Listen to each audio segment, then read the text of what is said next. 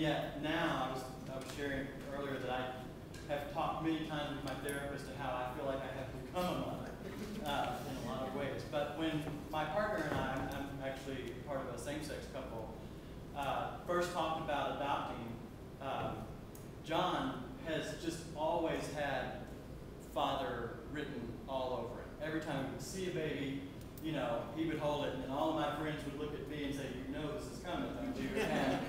And although there's part of me that always wanted to be a father too, but I'm also a little bit afraid of change. And I couldn't imagine anything in my life that would be a bigger change than having a child.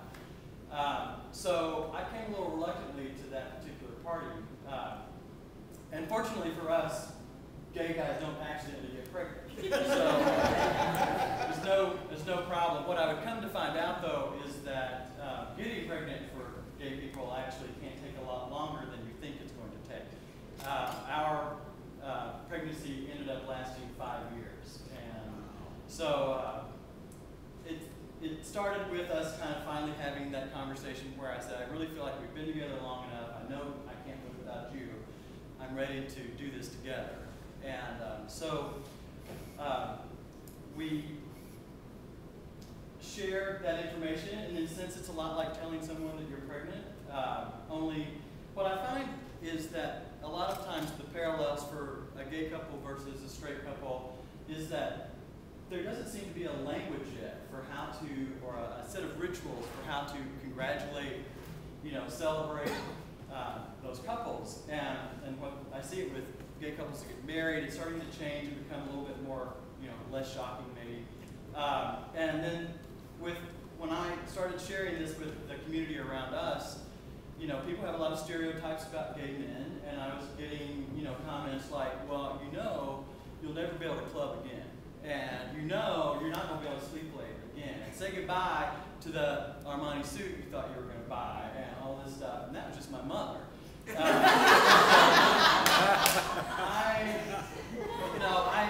thought maybe sharing this information, you know, even though every couple has to make a decision on when they share, I said maybe we'll just hold on to some of this a little bit. And so, interestingly enough, our pregnancy sort of took on a very private nature just between me and my partner, which in some ways was, I feel like, negative, but in other ways it was very uniting for us, and there was just this little secret we had, and this thing we were building together. And so we ended up going to we had gone through foster care training to become foster parents, therapeutic foster parents. But Indiana at the time was starting to make noises about outlawing single-parent adoption, including gay parents. So we decided the quickest way would be the best way for us, and that's international adoption. And so we went to our first international adoption orientation meeting, and there we were, surrounded by a bunch of couples who looked very heavy-hearted because a lot of them had tried and had a number of different sad experiences before they got to that spot. We were just excited, and so it took me a while to kind of put my empathy feelers out there and figure out what was going on. But once I did, I kind of got it, and it gave me a different perspective. But we had to fill out a little form saying, you know, where we would be interested in adopting from, and at the time, the only countries that were available for single parents, which legally we were then and are now single people, were sub-Saharan African countries and the Ukraine. And we felt like, just from what we knew about the AIDS epidemic, that, you know, we felt our hearts were really drawn towards sub-Saharan Africa. And so we filled our paper and handed it in, and every couple got a little counseling session at the end of the session. We went up hours. And the one thing that was written on our form was, a mother will never choose you. And so all of a sudden, you know, I was in the Heartbreak Club with all of these other couples. And I was like, wow, you know, I'm going to have to really want to do this. This is not going to be easy. And so we backed off a little while and ended up with a company that supported our adoption in the Ukraine. So we started that process. It was all still very abstract for me. International adoption is a bizarre endeavor. It's like the pain there. Nobody really talks about it. But in the Ukraine, the reason they thought we could adopt from there is because all children that are available for adoption are in orphanages. so that no parents make any choices there. And you get there, you choose from a book in another town, and you go to the town, and oftentimes the children that you chose and you talked about aren't there, or they try to give you a different child, and so it's just a really kind of scary process. Coupled with the fact that our agent said it's becoming very difficult for single men to adopt because of gay sexism. And so, Troy, you should not go. John was legally adopting the child first because he worked at Lilly and they had a good family plan. And I said, I can't go. Okay. And he said, but your mother-in-law should go. And I was like, why is that? And they said, well, they want to see a woman in the picture. And I said, okay, that makes some sense. And so I had to kind of come to terms with the idea that my mother-in-law would see my son, it would be a boy because they don't adopt little girls to male people. And so she gave us a really interesting chance to bond, you know, to talk about, okay, well, what do you want me to do? What do you want me to say, you know, to him, and give me things to take to him. And so that was, it's a little form of both grieving and getting excited about a new kind of phase of our relationship at the same time. So we got our paperwork, which is a mountain any adoption comes with at least 2 or 3 pages of paperwork. Got every letter signed, which they require state agencies to sign. We sent over, you know, our first $5,000 deposit. We got another, you know, $5,000 check ready to go, and put it off in the mail. And John and I that night, it was almost like we had given it out to the universe. There was nothing more we could do. And so we went out to eat, to celebrate, and, you know, to have this kind of sense of closure. Only to read in the news the very next day that Ukraine was now closing its doors to single-parent adoption. And there's, I'm sure, nothing in the world that can compare to the pain of a miscarriage. But by that time, I picked up baby furniture. I had a rocking chair, clothes. I'd come to terms with all of these things. So after 6 months of being depressed, I looked at John and I said, I think we lost a baby. I can't explain it. I mean, that was just how we felt. And I said, I really don't think I can go through that again. So we put the idea of adoption since 3 years into the process at this point. Out of our heads completely. We just felt like this may just not be an option for us. And I went, as part of my job at the IMA, I used to work for the Indianapolis Museum of Art. I was there for an event that was done with the Villages, which is a therapeutic adoption agency here in town. And loved the director, I've always liked her. And in the course of sitting through a fundraiser, felt like I cannot give this up. And I feel like that was when I was ready to be married. And so I met with Sharon and I said, I don't know what to do. I said, we don't care who it is, how old they are, where they come from, but we want to do it. And she said, well, that's what I needed to hear. And so we went through another year of training, therapeutic and foster training. We had kind of looked at younger children just because we wanted some time to bond with the child, knowing that our family would be different, that we wanted some time when they were younger so that they would have some language to talk about their family as they got older.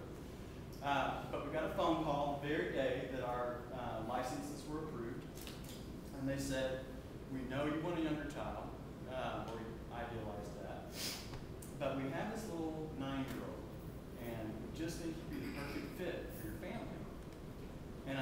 And the one thing that I checked on my little mark that I probably couldn't handle, because they asked me to fill out this whole inventory of things you can handle and things you can't. And it's 6 pages. And the one thing I said, I don't know if I could deal with it just because I've been through so much of the training on sexual abuse, was sexual abuse victims. And so I said, well, tell me about it. And he said, well, he's a sexual abuse victim.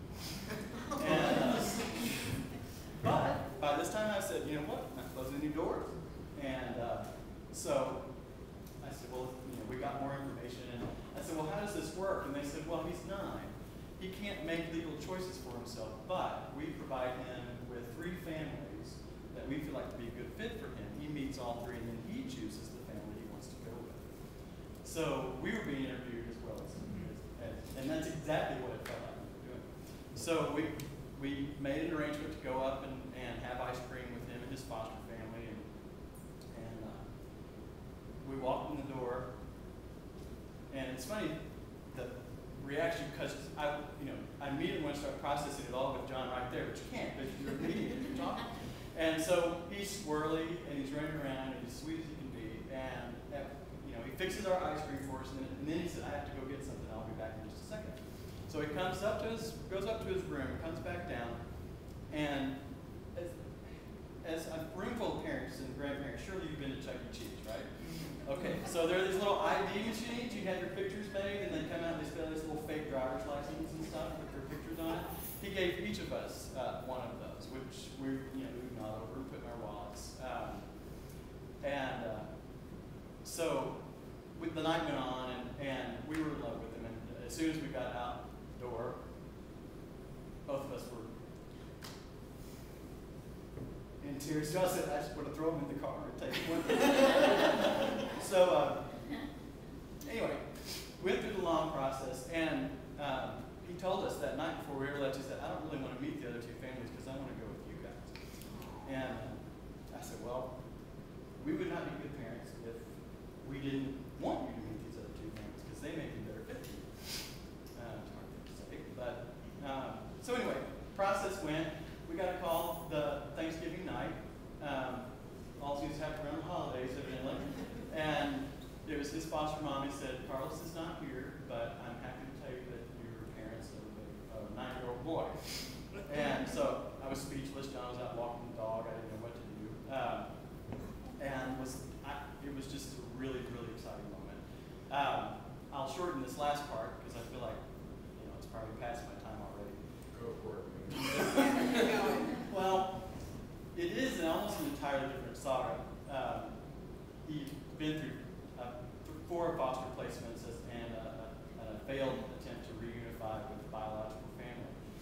And so he's pretty beaten up emotionally. So he was very excited about his forever home and getting with us, and we got him there and had a great time. And he told us, just out of the blue, he told me one of these, did you remember those cards that I gave you? And I said, yeah, it says mine's in my wallet. I carry it with me wherever I go. And Dad's just by the bedside, and he's like, I told my foster mom that whoever I gave those cards to were who would be my parents. And it took a real act of faith for him to get to that spot, but he was so ready. And the biological relative appeared out of nowhere, hadn't been there for the last 4 years, and decided that he did not want us to adopt Carlos. And opened up a court case, got the Mexican consulate involved, and dragged the process out another 2 years. So our final birthday, and I think by that time all of us wondered if it was ever really going to happen, was August 26, 2010, when the judge could say, nothing can break this apart. So that's our birth story.